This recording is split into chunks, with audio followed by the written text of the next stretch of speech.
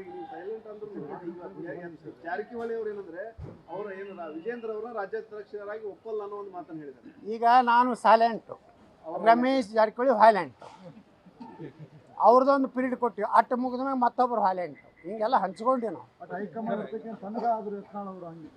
ಪೂರ್ತಿ ತಣ್ಣಗಾಗಿ ಬರ್ಪಾಗ್ಯಾರತ್ ಬರೀರಿ ಯಾರಿಗೆ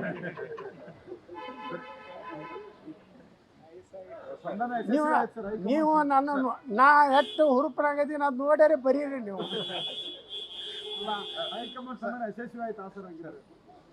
ನಮ್ಮ ಮ್ಯಾಗ ಹೈಕಮಾಂಡ್ ಯಾವಾಗಲೂ ಪ್ರೀತಿ ಐತಿ, ಭಾಳ ಮಂದಿ ಗೊತ್ತಿಲ್ಲ ನೋಡ್ರಿ. ನಾನು ನನ್ನ ರಾಜಕೀಯ ಜೀವನ 35 ವರ್ಷದಿದೆ.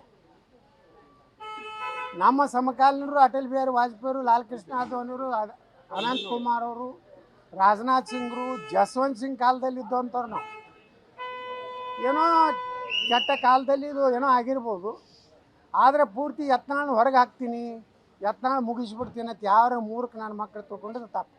ಶಿಸ್ತು ಕ್ರಮ ಏನು ಇಲ್ಲ ಮತ್ತಿಟ್ಟು ನಕ್ಕೋತ್ ಹೇಳಕತ್ತೇನಿಲ್ಲ ಶಿಸ್ತು ಕ್ರಮರೆ.